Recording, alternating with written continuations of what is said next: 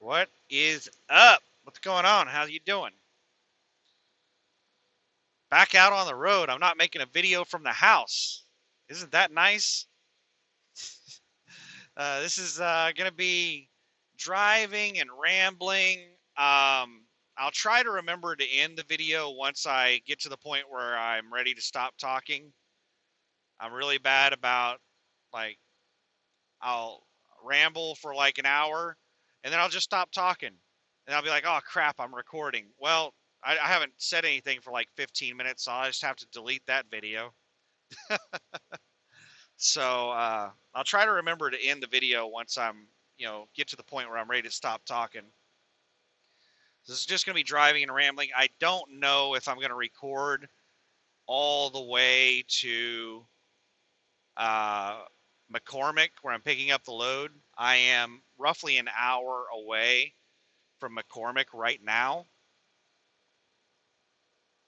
but we'll talk about what's going on with me, the empty drama, the fuel situation. Trip plans got messed up because of fuel. Um, talk a little bit about Landstar. I've got some new information that this is the first time I've ever heard this, and I've only heard it from one source, so I don't know if it's true. And then just general rambling. But first of all, I just want to talk about like how excited I am. I'm excited about so many things. Um, even though Percy is dragging his feet on getting back into trucking, for anybody who doesn't know, Percy is a buddy of mine that I met in CDL school the first time I got my CDL back in like 2003, 2004. He stayed in trucking and I quit trucking. He retired from trucking about 3 years ago, and then I got back into trucking. Well, he said that he's going to get back into trucking about 6 months ago, and he still keeps telling me, yeah, maybe next week I'll, call somebody or put in an application.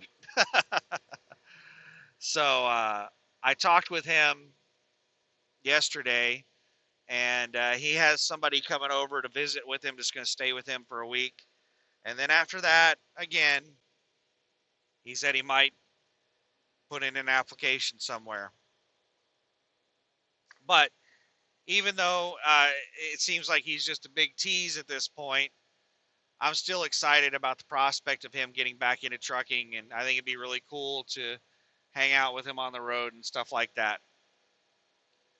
I'm excited that I'm so close to getting on with Landstar. I'm still like 2 months away before I hit the 1 year of experience where I can apply, but um,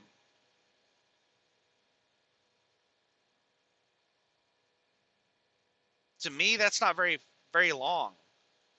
I started this journey roughly 3 years ago.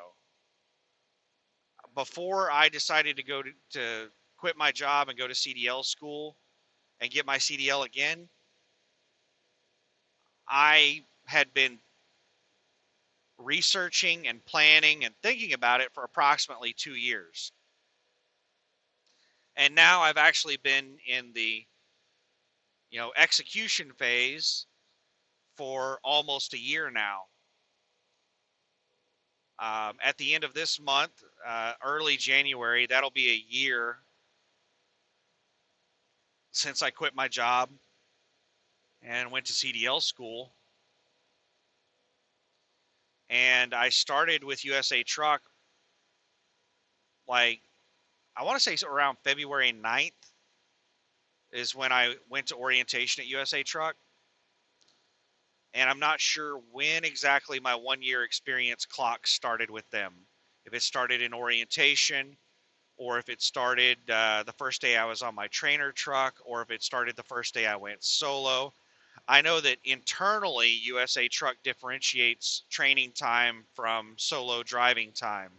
They categorize all of the driving differently. But I don't know how they represent that externally on like a DAC report. So yeah, I'll have to look more into that in January. I plan on reaching out to a Landstar recruiter before I fill out an application, talk with them about it, and see what they say on when I should apply. Can I apply before my 1 year is up, or do I have to wait until after that to even put in an application? I don't know. I'll talk with them about it. My fear is that I put in an application before my 1 year is up. Sorry, I bumped the mic. And they reject me for not having a year of experience and tell me that I can't apply again for 6 months to a year or something like that. That would crush me. That would suck.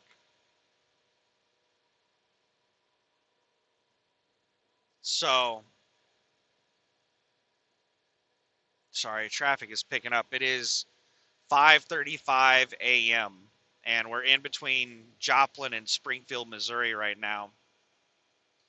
We're on mile marker 19 on I-44 in southwest Missouri.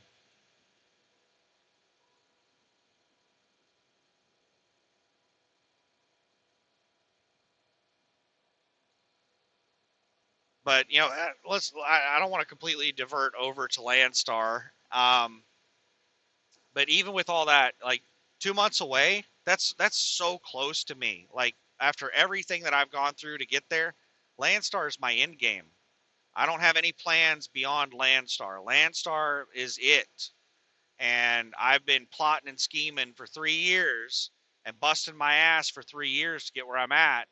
And I'm 2 months away. I'm excited about that.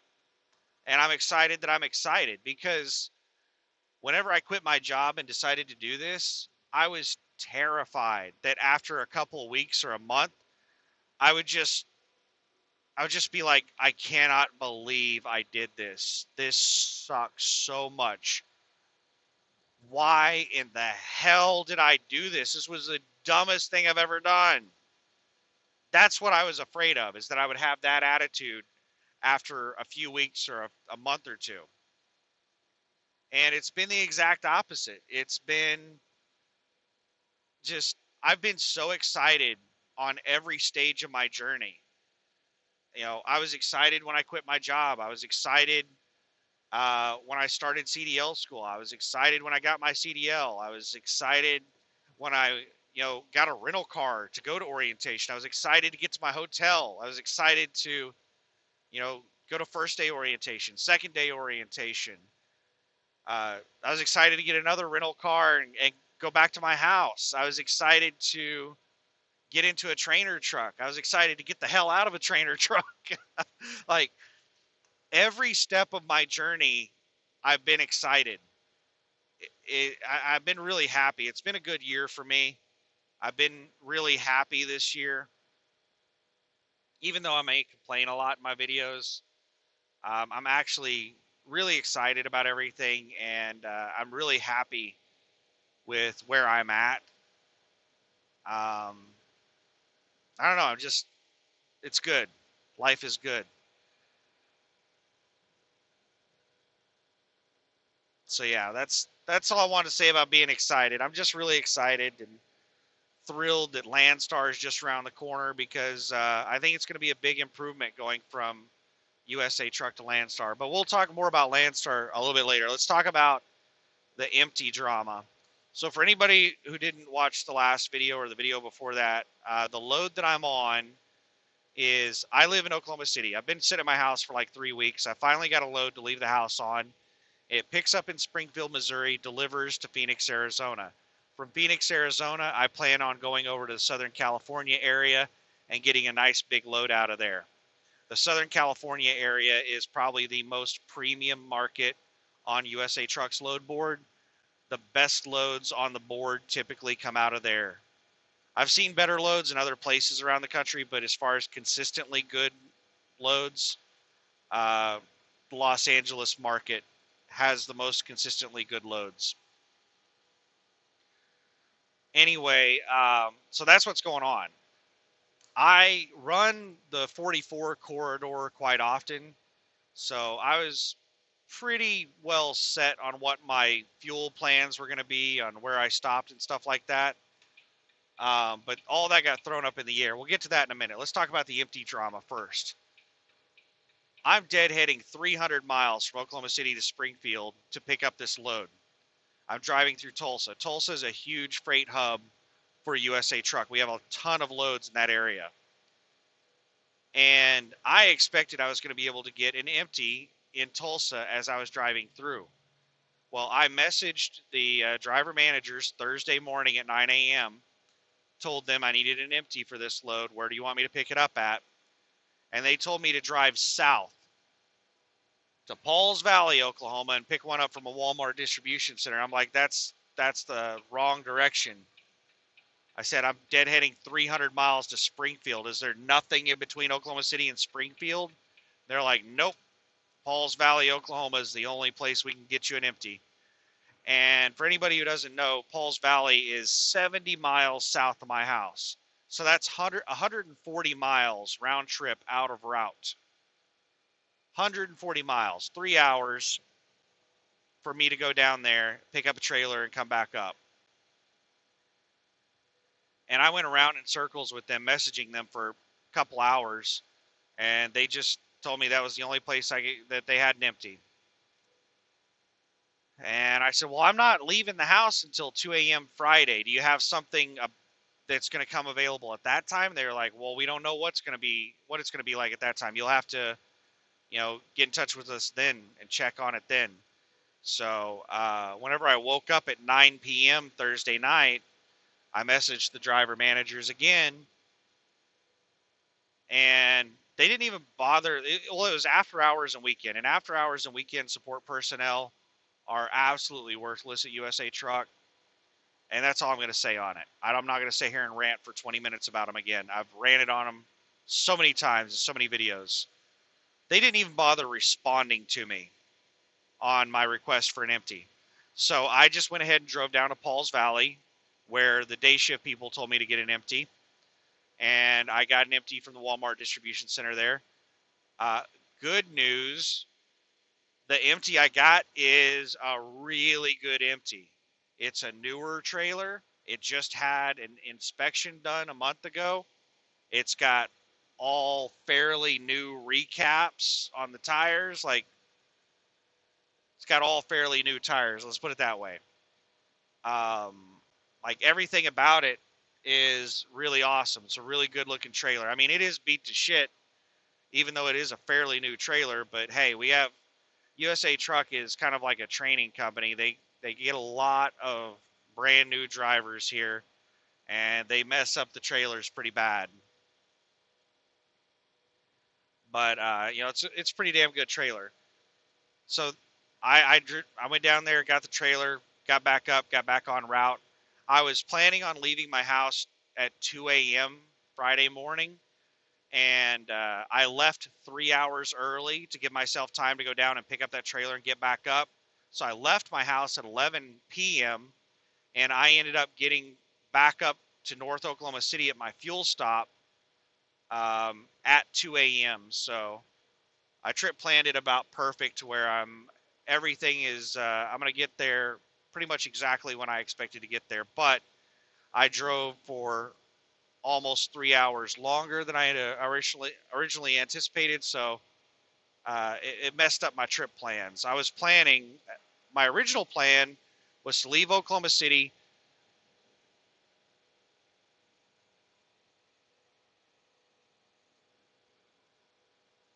Sorry, I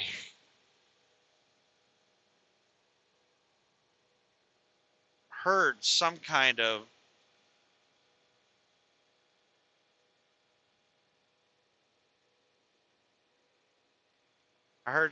noise.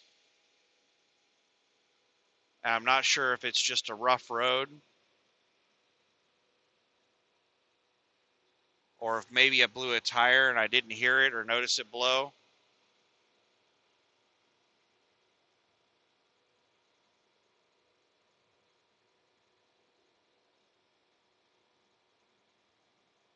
Bear with me a second.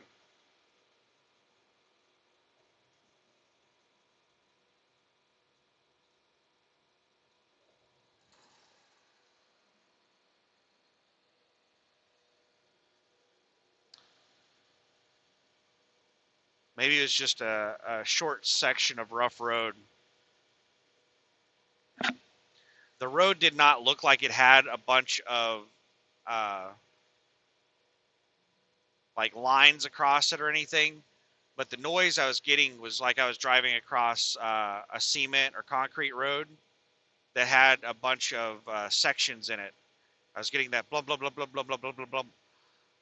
And this is a paved road that doesn't look like it has any brakes in it at all. So it's an odd noise to be getting on this road.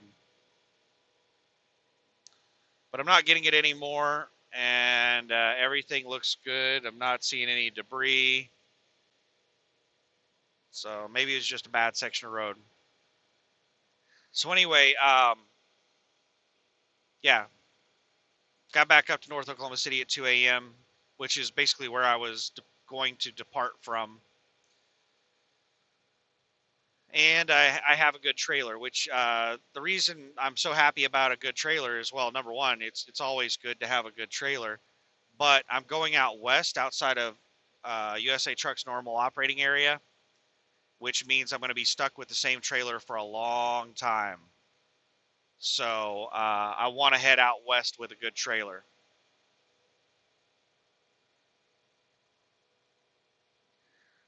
Um,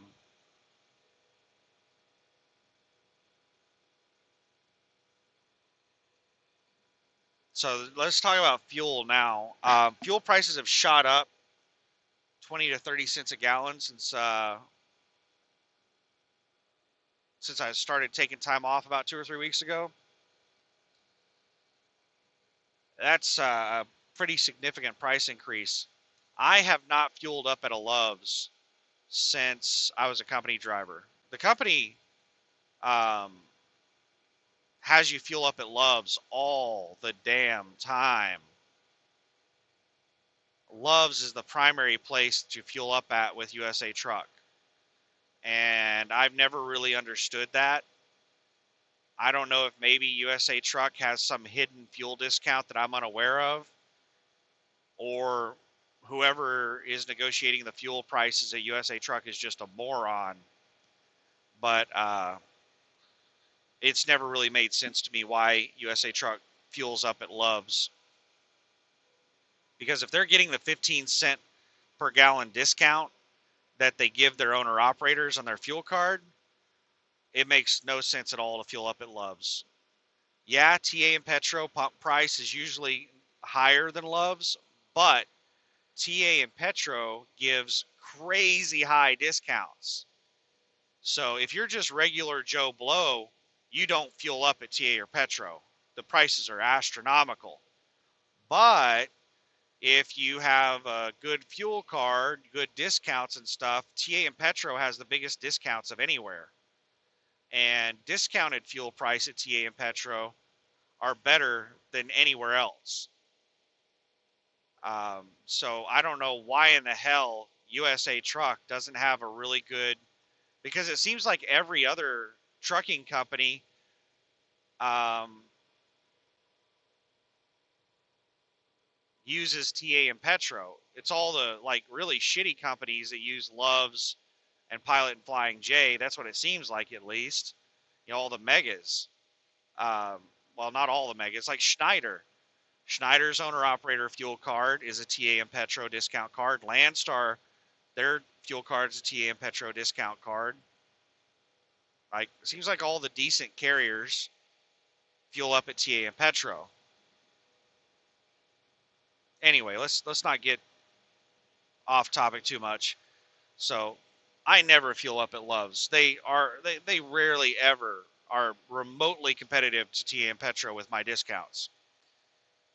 Well, all of the fuel places, diesel at pretty much everywhere in Oklahoma City is $2.44, $2.45 a gallon cash price. For some reason, there is a single Love's, one Love's in North Oklahoma City is $2.04 a gallon.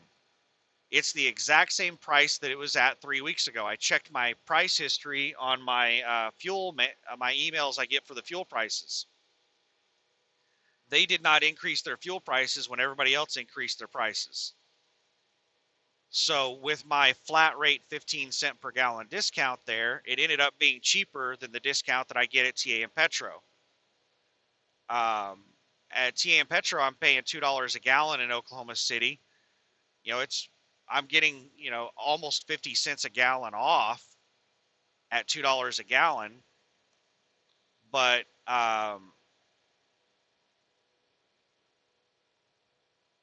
since that Love's has prices uh, that are so much lower, even with only a 15 cent per gallon discount, I'm getting like 11 cents a gallon cheaper at that Love's. I was planning on using my USA Truck fuel card to get it because my XPO Logistics card has a $1.25 transaction fee, and I do get 15 cents a gallon off at that Love's. But um, I had to use my XPO Logistics and pay the $1.25 transaction fee because my USA Truck fuel card is turned off. If you go, I don't know how long it is, but if you go a long time without using the fuel card, it gets deactivated. And then you have to call the fuel department and they have to turn it back on. It only takes a couple of minutes once they get to that screen to turn it on. It's near instantaneous once they flip the switch. But to reach them is a pain in the ass. You're not going to get a hold of the fuel department at 2 a.m., which is when I was trying to get fuel. They're 8 to 5 Monday through Friday, holidays off. So I just use the XPO Logistics fuel card. Um, and what I'm going to do is that's enough fuel to get me all the way to Springfield, all the way back to Oklahoma City. And then west of Oklahoma City in Sayre, Oklahoma, there's a TA where with my discount, I get fuel at $1.84 a gallon. I'm going to top off there before I head out west. And then my next fuel stop is going to be in Tonopah, Arizona, just west of Phoenix. That's the last cheap fuel that I can get before going into California. And it's like $1.95 a gallon with my discounts. So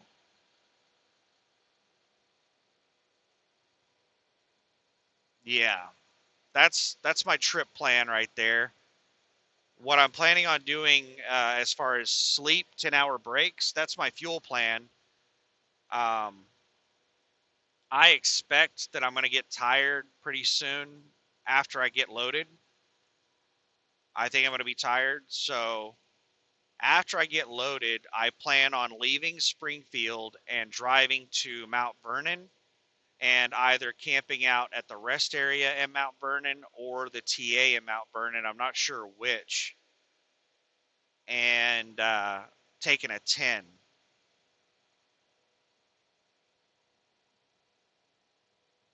And then from there, driving on. And I might take a 10 at Sayre, at the TA in Sayre. I don't know. That's not very far. Sayre, Oklahoma from Mount Vernon shouldn't be too terribly far. So no, I'm probably not going to stop that early. I'll probably make it to Albuquerque at least before I stop and take a 10. But let me try and get a guesstimate of when I'm going to arrive in Phoenix. Um, so if I get loaded early, a couple hours early, let's say I leave McCormick at 2, drive until 3 o'clock to Mount Vernon. Mount Vernon isn't that far. It's only about 30, 40 miles, but we're overestimating a little bit. But let's say I make it to Mount Vernon by 3, take a 10-hour break. That'd be 1 a.m.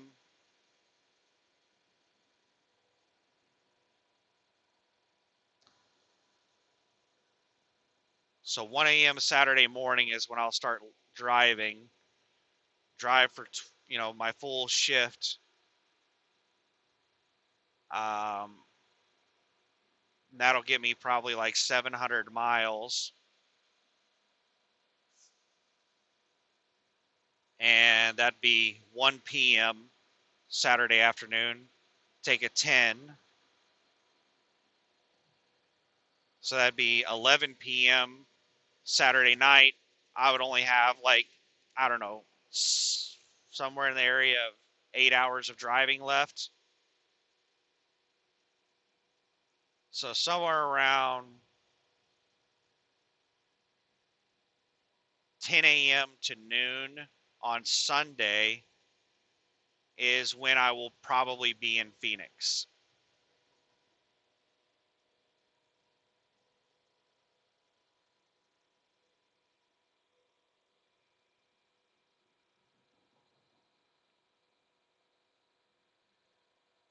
I just heard it again.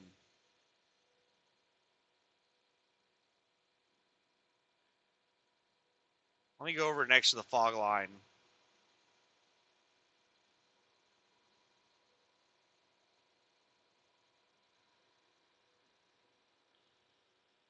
I think it's the road. I think there's just some things in the road that I'm not able to pick out because it's too dark. But it's like a thump, thump, thump, thump, thump type noise. I think it might be repairs in the road.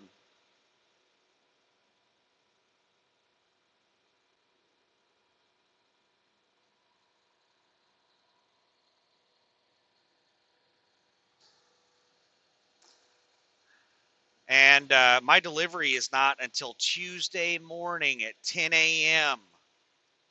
So I'm going to get there almost 2 days before my appointment. And that's with the, added extra time on my trip because of, having to drive 140 miles to pick up this empty. I would have probably have been there 3 hours earlier or even earlier than that.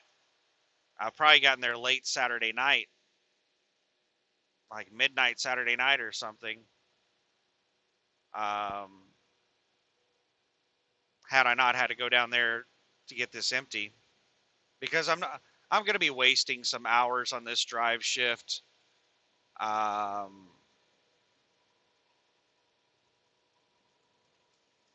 so yeah, I don't know. Anyway, enough about the trip planning. I'm not in a huge rush. I just want to, since I have so much time on the load, I just want to get there early enough that I can take a 34, because I'm going to burn up quite a few hours on this load. And there's a possibility that I could get a really big load, a 2,000 plus mile load coming out of the LA market. And I don't want to have to skip over a load because I don't have the hours to run it, because it might be, a coast to coast run that is paying a crazy amount of money and it doesn't have any extra time on it. Like, you have to just run it hard. And if I start having to run against recaps, then I might I might have to turn down that load. And so I just want to have all my options available. So since I have the time to do it, I'm going to push to get there as soon as possible so I can do a 34 rather than just like put in there. I could just casually drive there. Like, I can still casually drive there and still take a 34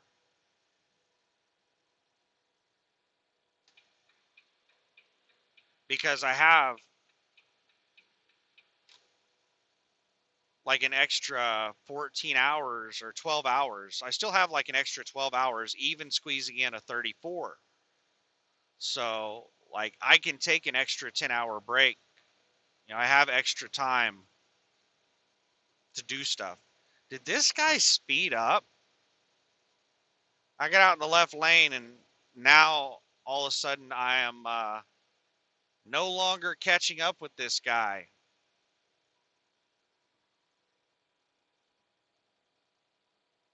What a jackass.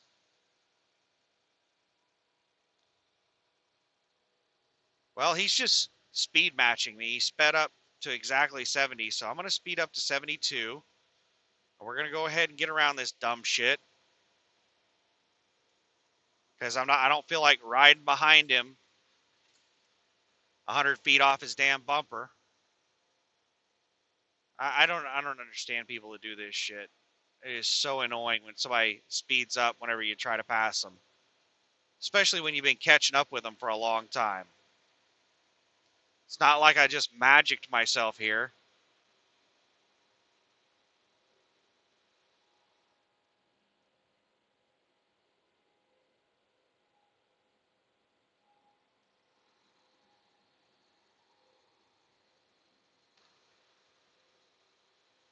Some jackhole that just doesn't want to be passed. It's giving it all it's got. I think it's governed at 70. What it probably is, he was on cruise, and the cruise will probably only go like 68 or something. He saw me catching up with him, and he started pedaling it to get it up to its top speed to keep me from passing. My guess is that's what he's done, because most companies set their cruise speed to be faster than their pedal speed, but you can set it up however in the hell you want. Like there's for speed limits, you can set a cruise speed limit and you can set a pedal speed limit on these trucks. And they can be set to any damn thing you want. Like you could set the cruise speed limit to 35 miles an hour if you want. You can set the pedal speed limit to, 85.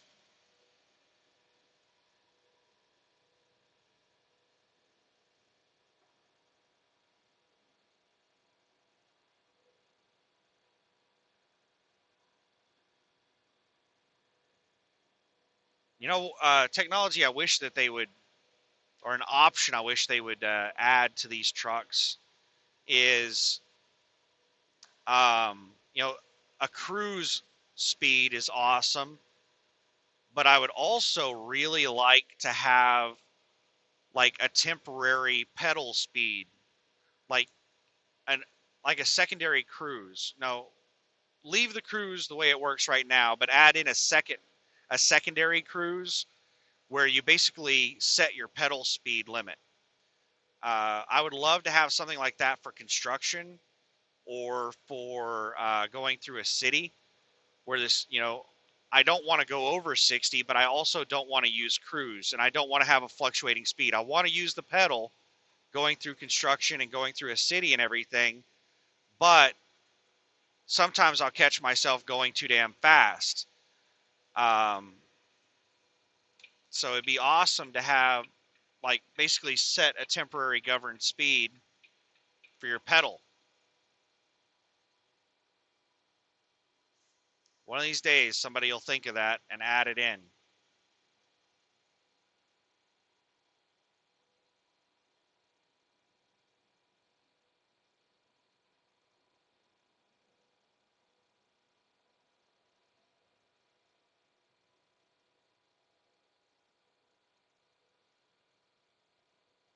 I guess it's not so big of a deal that anybody would bother with it.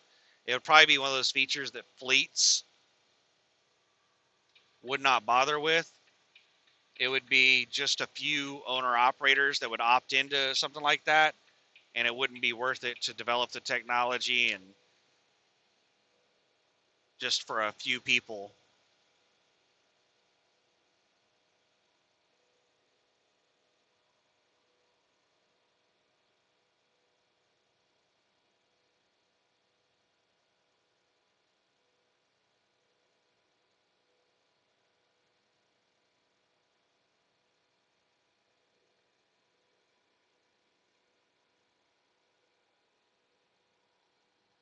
Did we ever get around to talking about Landstar? Let's talk about Landstar, because I don't think we talked about that. We talked about Percy. He's the great procrastinator. I thought I was a procrastinator, but damn. We talked about the fuel, the trailer, the empty trailer drama. Landstar. We haven't talked about that yet. So I did mention that I'm excited that it's only a couple of months away, and time flies. Oh my goodness. The last month just blink. Our existence is the blink of an eye, if that. It's not even the blink of an eye. Um, Life is fleeting. But yeah, Landstar is just around the corner. I was watching a video early Thursday, well Thursday afternoon while I was laying in bed trying to get myself to go to sleep. Let me get a swig of soda here.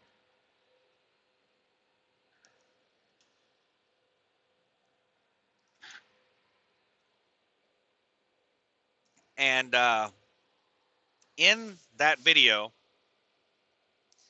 it was a couple of people that run a really small trucking company. They have 9 trucks in their fleet, and they basically just sublease to Prime. That's all they do. I don't think either one of them drives a truck. They just sublease to Prime.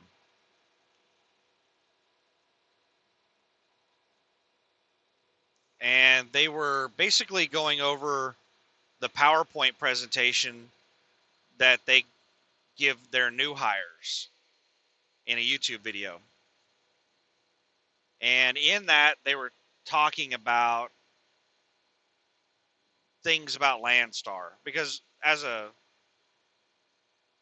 subcontractor, really those people are working for Landstar, and these guys are just taking a cut of the money to let them use their equipment. That's basically all that's taking place. So their orientation is basically Landstar stuff.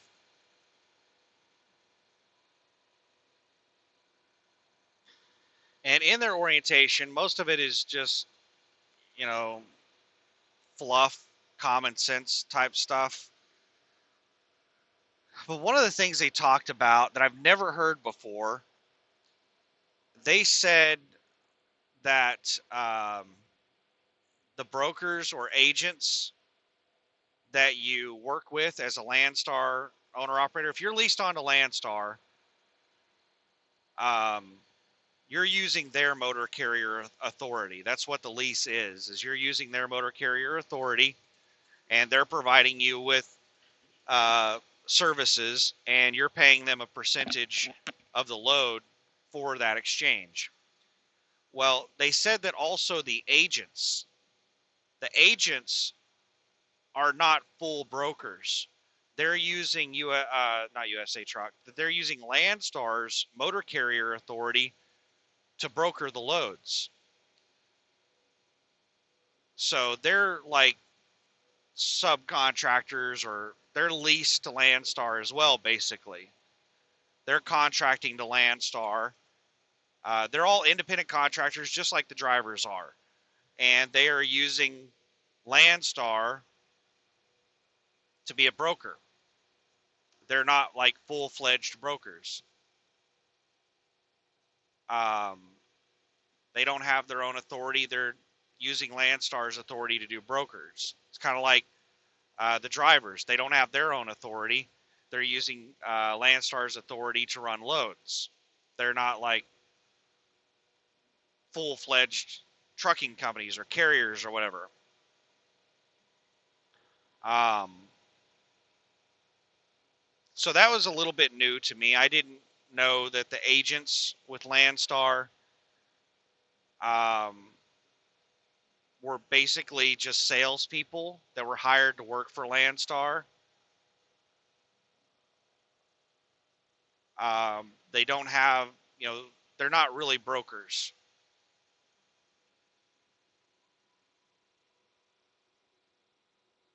I don't know.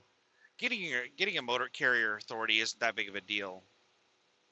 But let's put it this way. They're tied in with Landstar the same way the drivers are tied in with Landstar. They're using their motor carrier authority.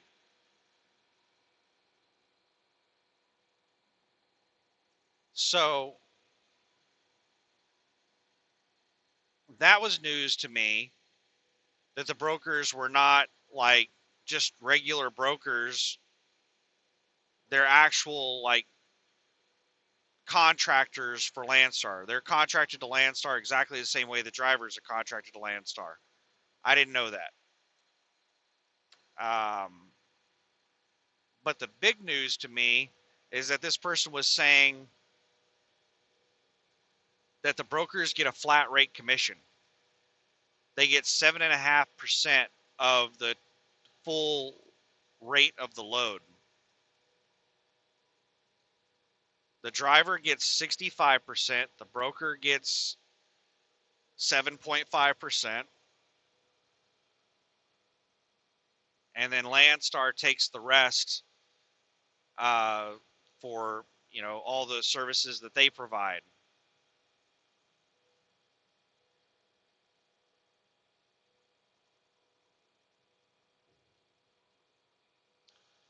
That means that your rate that you're getting at Landstar is a lot more than 65%. It's closer to probably like a 70% or 75% rate. I would have to run the math on it. But I've heard all kinds of numbers on what brokers usually take off of a load. And I've heard in this video, they said it's 13% is the average that a broker takes on a load. I've also heard 40, 50, 60%. I guess it just depends on how gullible the driver is or the carrier.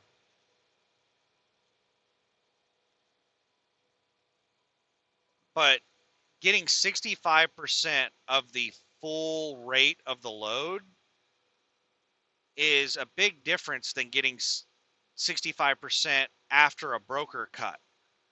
So if the broker is taking 20% off the load and then you're getting 65% of that, that's a huge difference versus getting 65% of the full rate. So let's do it on, $1,000.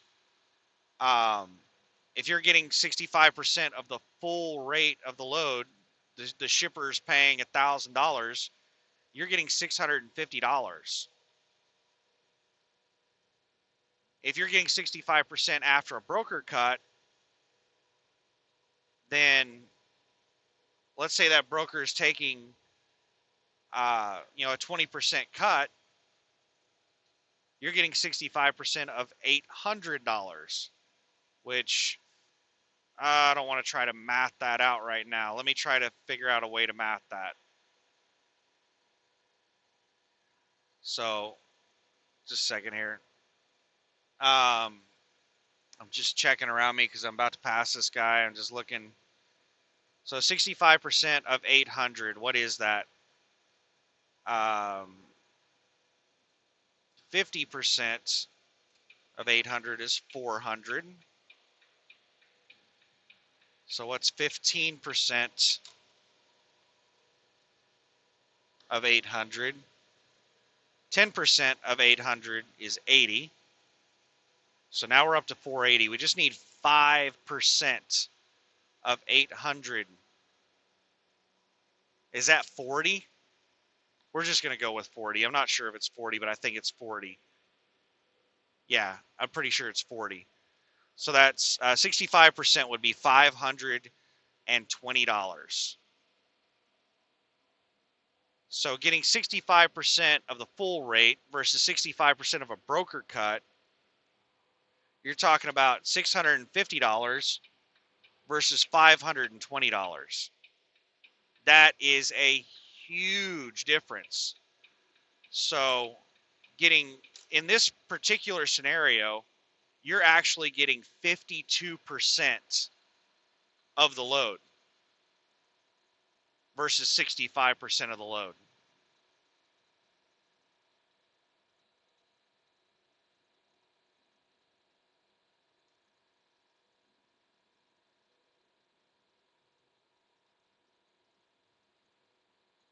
I knew that Landstar's rates on their load board, like how much the loads pay, are typically higher than what you see everywhere else. And that's probably the reason.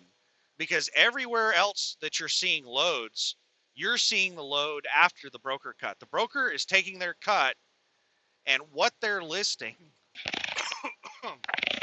sorry, what they're listing on the DAT load board or on whatever load board is after the broker cut.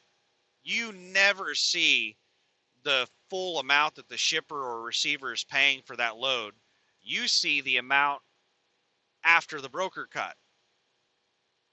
But if that's the way Landstar's load board works, where the price that you see on the load board is the full rate of what the shipper or receiver is paying, that is probably why the loads on their load board pay so much better than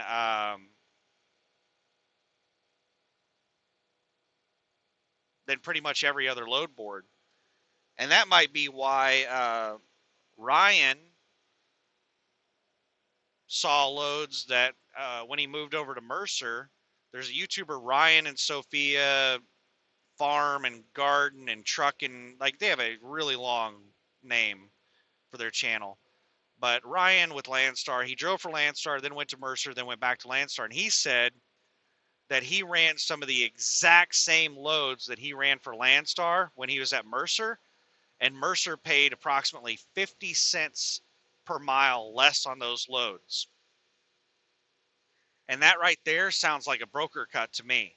So it sounds like on Mercer's load board, they were listing the loads after a broker cut. So you were getting 65% or 70%. I think Mercer paid like 72%. And that's the reason he went over to Mercer's, because they paid a higher percentage. Percentage alone doesn't mean anything. You have to know what the percentage is of for a percentage to mean anything.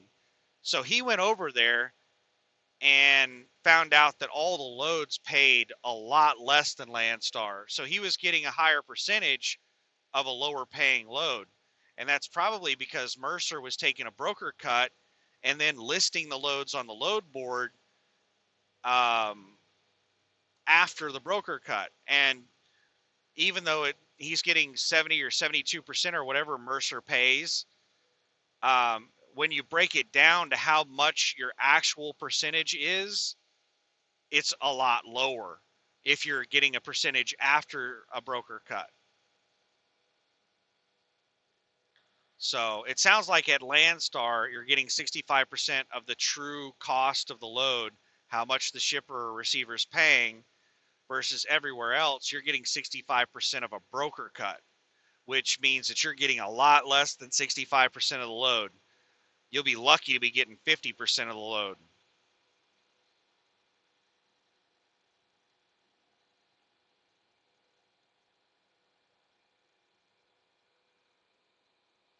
So yeah, that was some information that was new to me that I'm gonna have to double check that. That's I've never heard that anywhere else, that the brokers at or agents at Landstar get a fixed rate cut of 7.5%. That's what they were saying in that video, is that the drivers or the whatever the drivers, the owner operators leased on a Landstar get 65% of the full rate of the load, and the agents get 7.5%. And the price you're seeing on the load board is what the shipper is actually paying, not the price that a broker has put up after their cut.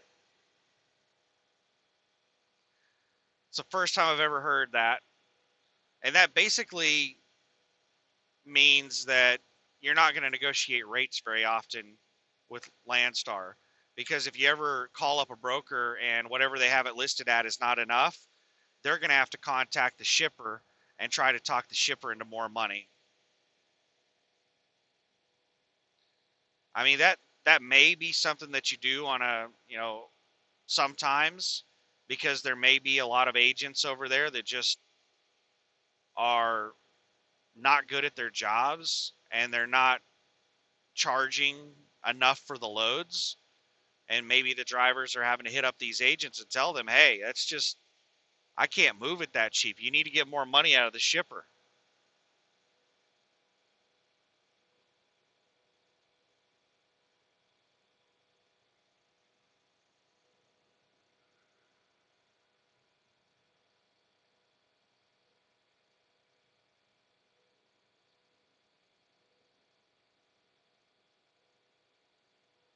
Springfield, next 6 exits. So we got 11 miles until our first exit, but we are 14 miles from our destination. So we're going to take a highway south, and then we're going to take like the first exit on that highway, and then we're going to drive east into an industrial park, and then turn north into that industrial park. And that's pretty much where McCormick is at.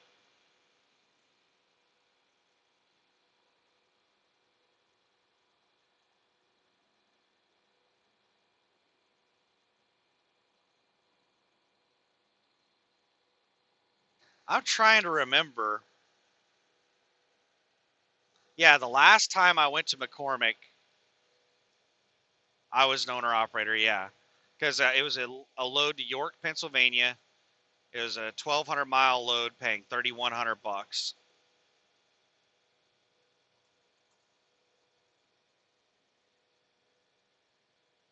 And I don't get that kind of info as a company driver.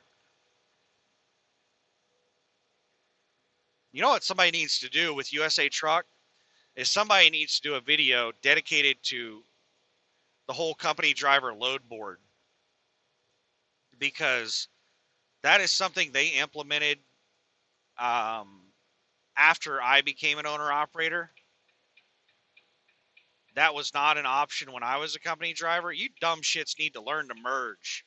People just merge right onto me.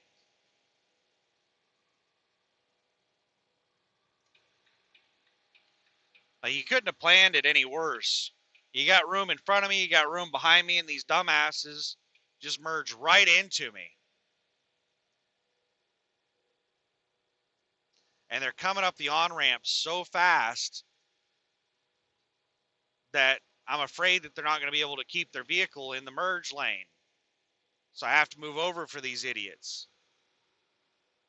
But what it is, they come up on that merge lane, they come up on the on-ramp and hit the merge lane, and they're wanting to get going really fast and get in front of me, and then they realize how sharp that turn is to get onto the merge lane, and it scares the hell out of them, and they slow down, and then they're just kind of stuck going the exact same speed I am, driving beside me. And they don't have enough power unless they're in a sports car to get out in front of me, so then they have to just slam on their brakes and fall in behind me.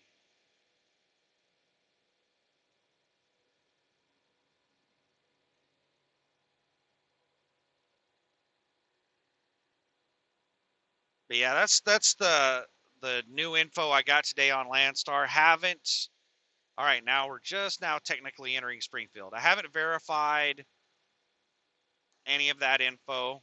I've only heard it from one source.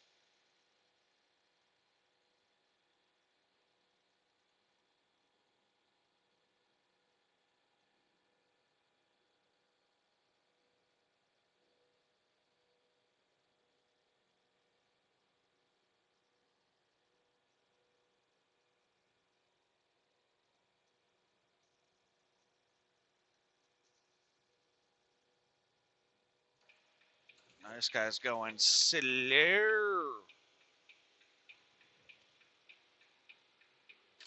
It's Prime. Prime is headquartered right here in Springfield. This guy's probably excited to be getting back to the terminal or something. Who knows? It might be a student upgrading. Who knows what they're heading back to the terminal for?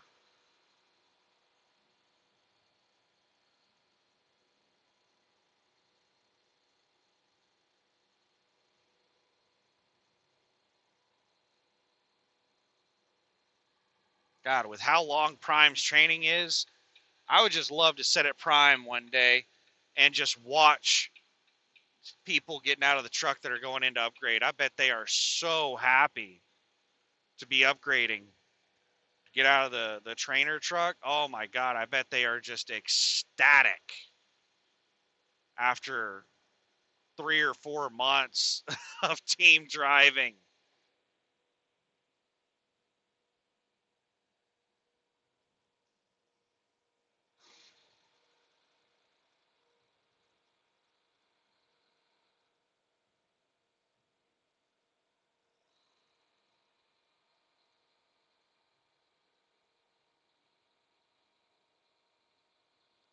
Look at these jackasses. Speed limits don't apply to them.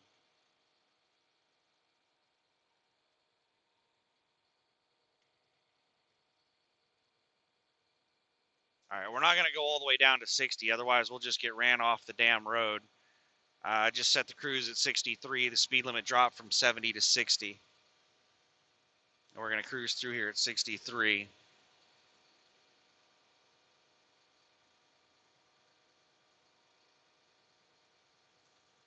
Highway 13, State Road 13, or whatever you want to call it. That's a pretty damn good road. And north, the north 13 runs into Harrisonville, Missouri. So it's basically a shortcut to Kansas City. God, that would be a hellacious commute. I wonder if there are people that live here in Springfield that commute to Kansas City to work. That would suck. Man, I hate commuting. It's the reason truck driving is so awesome. There's no commute. I just roll out of bed and I'm at work.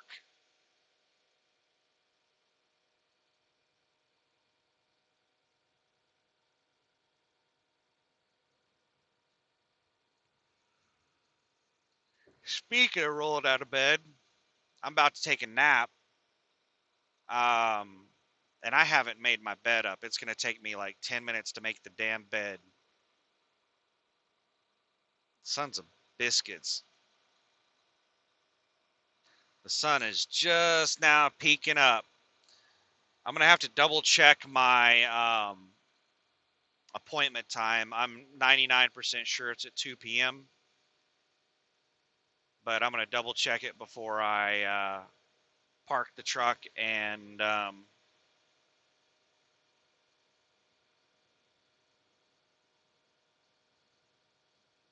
somebody on the shoulder here. I'm not going to move over. I've got somebody flying by me on the left. We're hitting heavy traffic, so I got two cars flying by me over on the left. If I would have moved over, they would have just passed me on the right because they're going like 10 to 15 over the speed limit.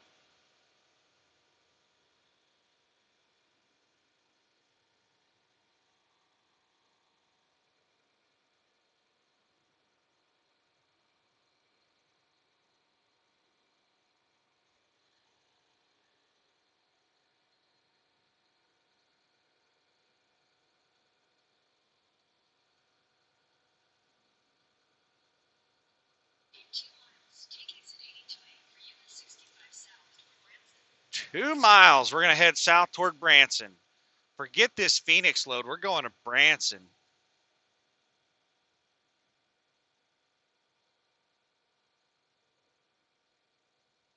And just mentioning Branson reminds me. So, a buddy of mine went to Branson, Missouri for vacation one year. And um, he was looking like it just so happened like he was talking about going to Branson, and then Branson made the news, like national news, right around the time he was talking about going there for vacation.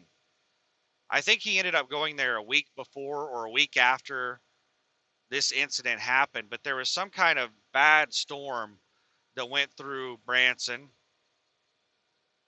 and there was like a tour boat person that took a family out on a tour boat in these really bad weather conditions. And I don't remember the details, but the person who drove the tour boat got really bashed. Like, they said it was really stupid for them to be out driving in that weather. I think some people may have said that the the boat the boat driver might have gotten caught by surprise because it was a like quick storm front that moved in. I don't know. I don't know. But oh, there's Prime. They got their Christmas stuff out. Holy crap. That's a huge parking lot with a whole bunch of cones in it.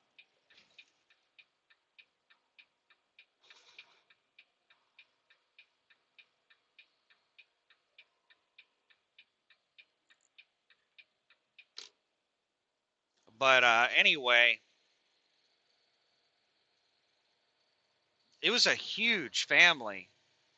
I don't remember how many people were in the family, but it was a huge family. And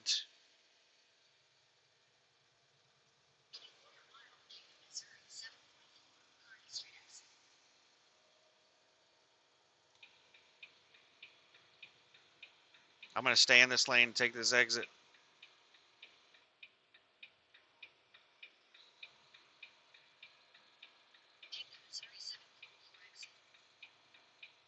And I'm going to take a left, I'm pretty sure.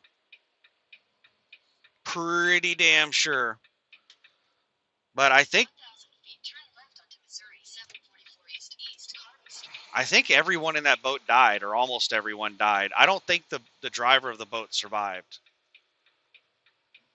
So they weren't able to like question the driver. The driver wasn't able to defend themselves. All right, am I going to make this light or not? Nope.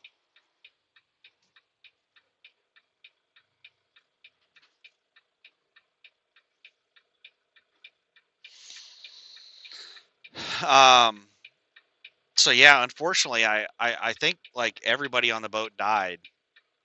It capsized in some really rough winds, big waves,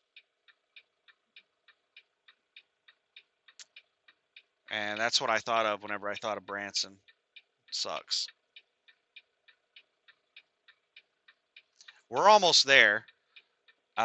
There's an industrial park just, you know, a little ways, like a mile down here to the left, and it is what time is it? 6:32 a.m. local time, Central. So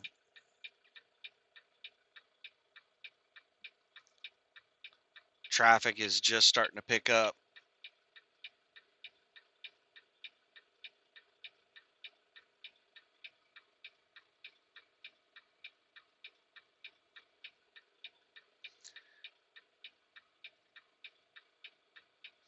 If I wasn't familiar with this place, I probably would try to grab a spot in a truck stop right now.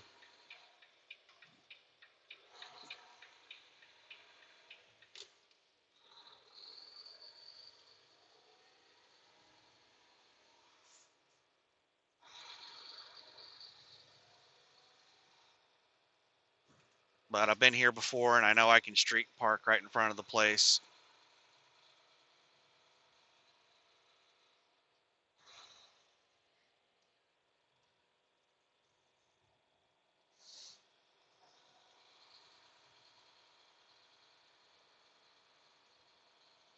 They have no parking signs right where I park at, but that's where the security guard told me to park.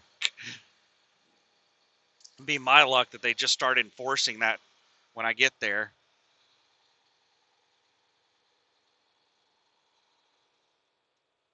Yeah, look at all the Christmas lights. Wilson. This is like a sister company to Prime. Sorry, I was just checking that intersection. Just going through an intersection like that. It was really blind in both directions. It was really hard for me to see traffic in any coming from, north and south. So I was just like slowing down and looking and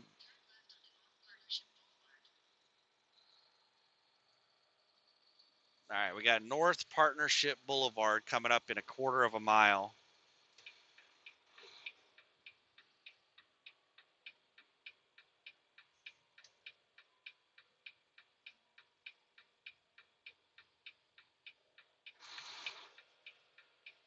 Partnership Industrial Center.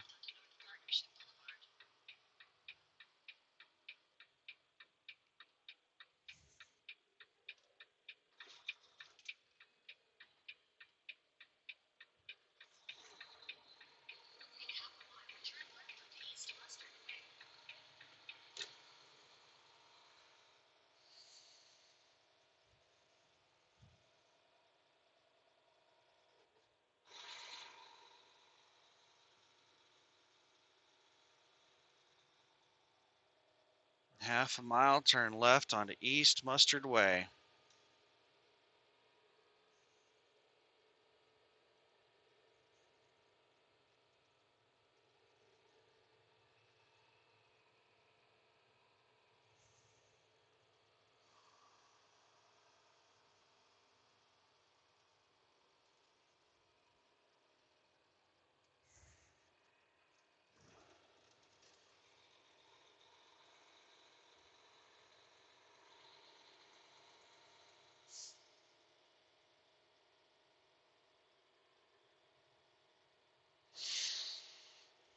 Mm-hmm. Take the next left onto East Mustard Way, then you'll arrive at your destination.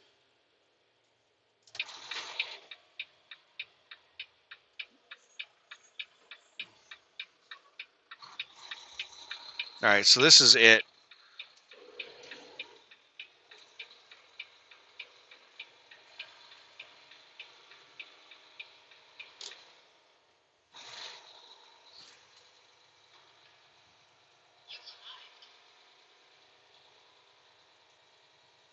So this is the street that I street park on.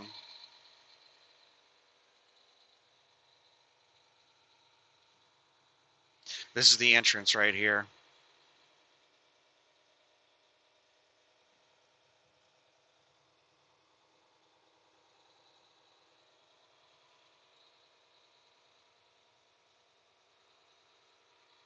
And right here is where I park going the other direction.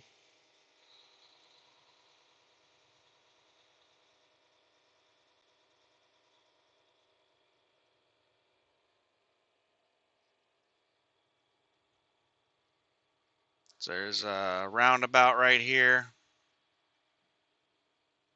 Well, not a roundabout, but a cul-de-sac. Let's put it that way. A cul-de-sac.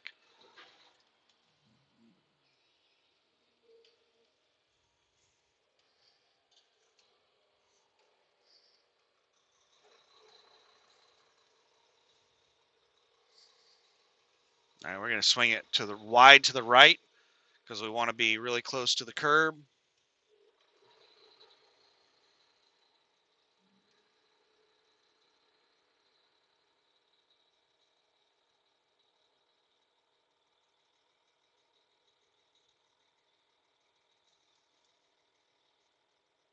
And there's no parking in between those two signs. So we're going to snug up right at the beginning of that no parking sign.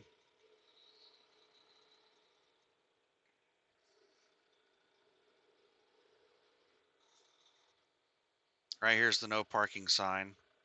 And it's basically, technically, the way this sign reads is there's no parking between this sign and the next sign up there. And the reason they have that is for visibility issues. I'm going to pop the hood and see if I can't locate this leak. I'll be right back.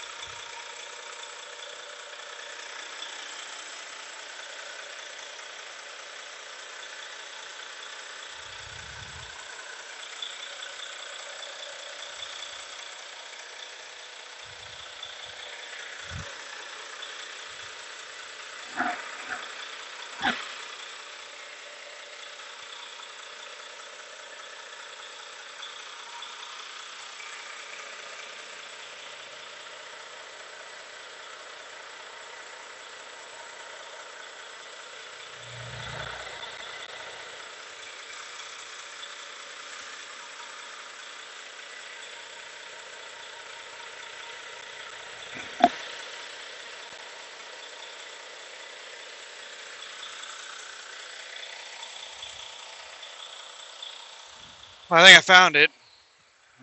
I don't think it's a hose.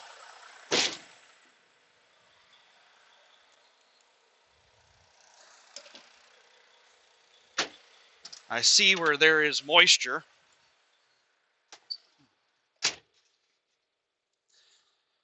Ugh. So let's switch to on duty, DVIR, certify, and we're going to do our post trip.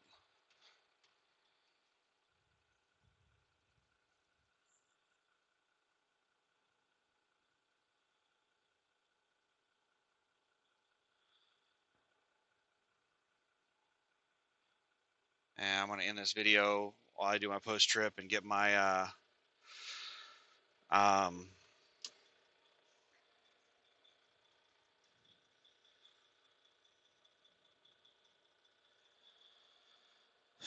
get my APU going and all that good stuff.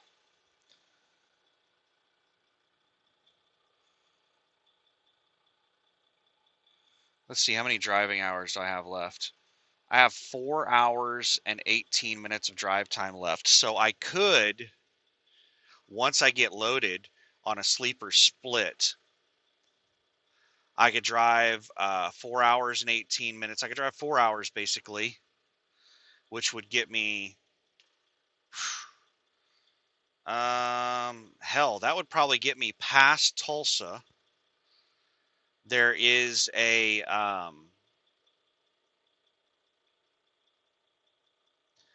there's a, what the hell do you call it? A toll plaza, like, gas station about an hour from Oklahoma City on the toll road. I might be able to make it all the way to there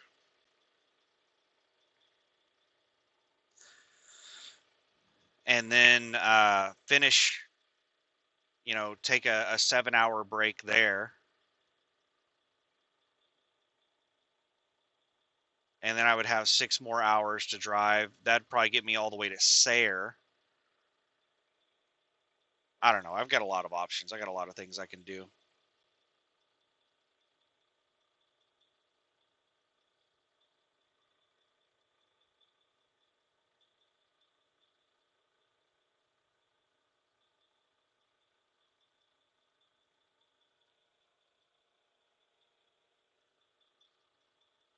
But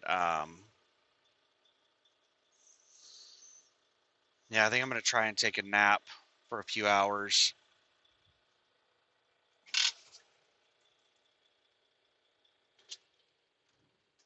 Let's turn that off.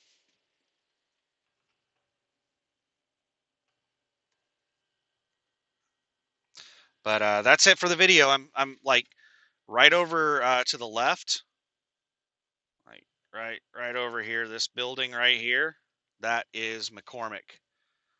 Um, Almost straight across from where the trucks are lined up to my right, straight across the street from them is the truck entrance for this place. So I'm not going to try and check in this early. I don't think their shipping and receiving department opens until 7 a.m., which is 15 minutes from now.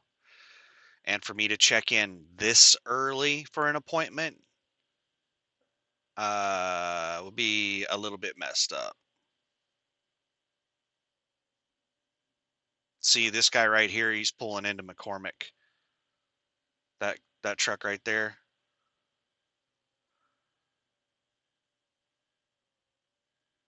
That's JB Hunt. It's a JB Hunt trailer at least.